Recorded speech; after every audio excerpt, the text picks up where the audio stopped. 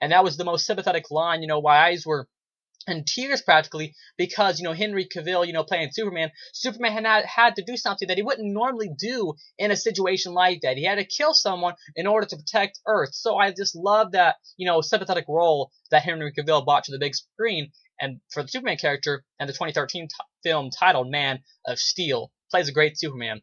Then we had Amy Adams playing the character of Lois Lane, and she played a very curious, intriguing character where she didn't know really whether or not to trust Superman at first, but as the film goes on, she wasn't just a girl that was stuck in these situations. She actually played an important role, because, sometimes Lois Lane, kind of just got stuck in these situations, and Superman always had to fetch her out. Well, Lois Lane in this film, played by Amy Adams, actually, plays a good role where she's not just stuck there. She actually has a purpose, and a destiny in this movie, and that's why I liked her.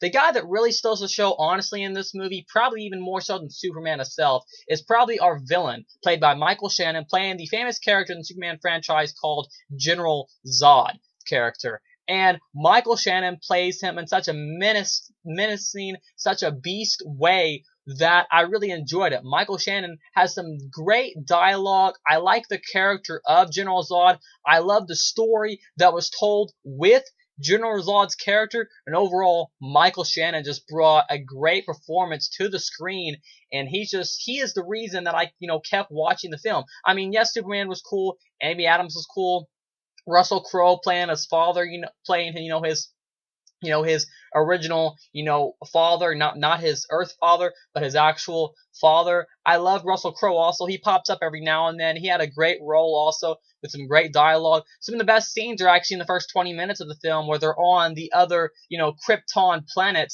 where you see scenes with Michael Shannon, General Zod, and then, Jor-El, or however you pronounce his name, Russell Crowe, Michael Shannon, where they're like conversing, he says, I will find you, Superman. Those are some of the best scenes in the entire movie. But overall, I enjoyed every scene in the movie exactly the same because overall, I had a ball in this movie. And overall, Michael Shannon playing General Zod's character, probably my favorite character in the entire movie. I loved his character. Kevin Costner played the character of Jonathan Kent, his Earth father, and he played him in a sympathetic way where you were able to feel for Superman, and then especially when Jonathan Kent dies in the tornado, and Superman couldn't go and rescue him because he didn't want everyone finding out because, even though there was only maybe 20 or 30 people there, they could go spread the rumor and it would just start from being in a little small town of Smallville. It would go to Metropolis and then spread even further to the entire world and everyone would end up finding out. So I liked that scene with Tornado. Made you feel a lot of sympathy for, Kevin Costner playing Jonathan Kent's character. So overall, actors aside, every actor did a phenomenal job in the 2013 film titled Man of Steel. Let's talk about something other than actors for a second. Let's talk about the overall story of the 2013 film directed by Zack Snyder by the name of Man of Steel. What I loved about Man of Steel was the story. We actually get to find out every little detail about Superman. Every character is fleshed out and, and diagrammed in a great way where we know a great deal of information about every character. Why I loved it so much was the backstory. Several times while watching Man of Steel, I was reminded of the Smallville series. Like I said, I've watched the entire first season, and then I've watched, half of season 2, and I was reminded of Smallville so many times. You have the tornadoes. If you've seen Smallville, major spoilers coming up if you haven't seen Smallville. The tornado sequence at the end of the first season, where he has to go up there and save Lana Lane, and I really like that sequence. That tornado reminded me of the tornado in Man of Steel. For some reason, I found many similarities between, the backstory of the Smallville,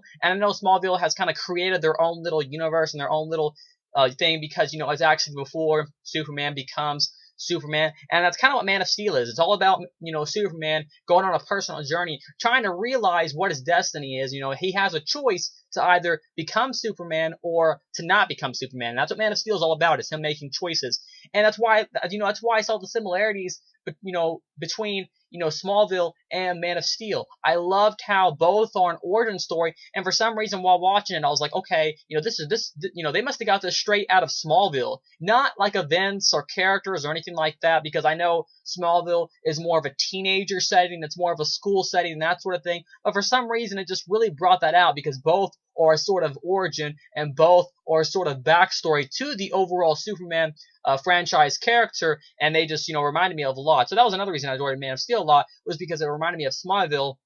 And as I have already said, like I said, I'm a huge Smallville fan, at least of what I've seen already, and I'm sure as I keep watching, I'm sure I'll enjoy it more. So I love the whole backstory, the origin. I love how we really get to know the Superman character.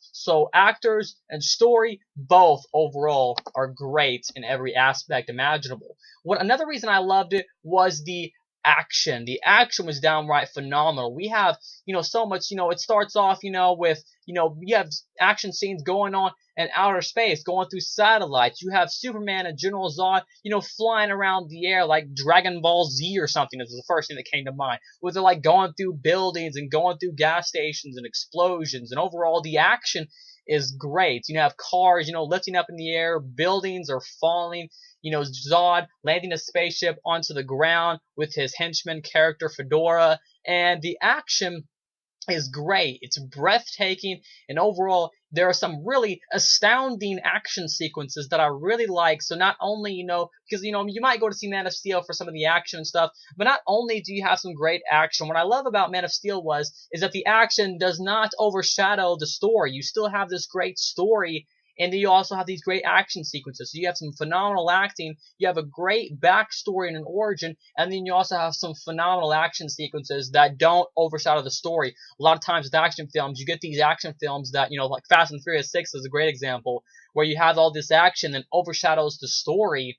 I know they're two totally different films, but, Fast and Furious 6, it overshadowed the story. Well, Man of Steel, you don't have to worry about that. You have this action that does not overshadow the story, which still feels very realistic in a sense. So it's kind of like, you can definitely tell that, the guy who wrote Dark Knight wrote Man of Steel, because it is, it's kind of a grounded and kind of a realistic take on Superman. Yes, they're like doing unrealistic things towards the end because it's a Superman character, but it still feels very grounded. It still has somewhat, what they can do with a realistic feel, it being these famous Superman character. So overall, I loved Man of Steel.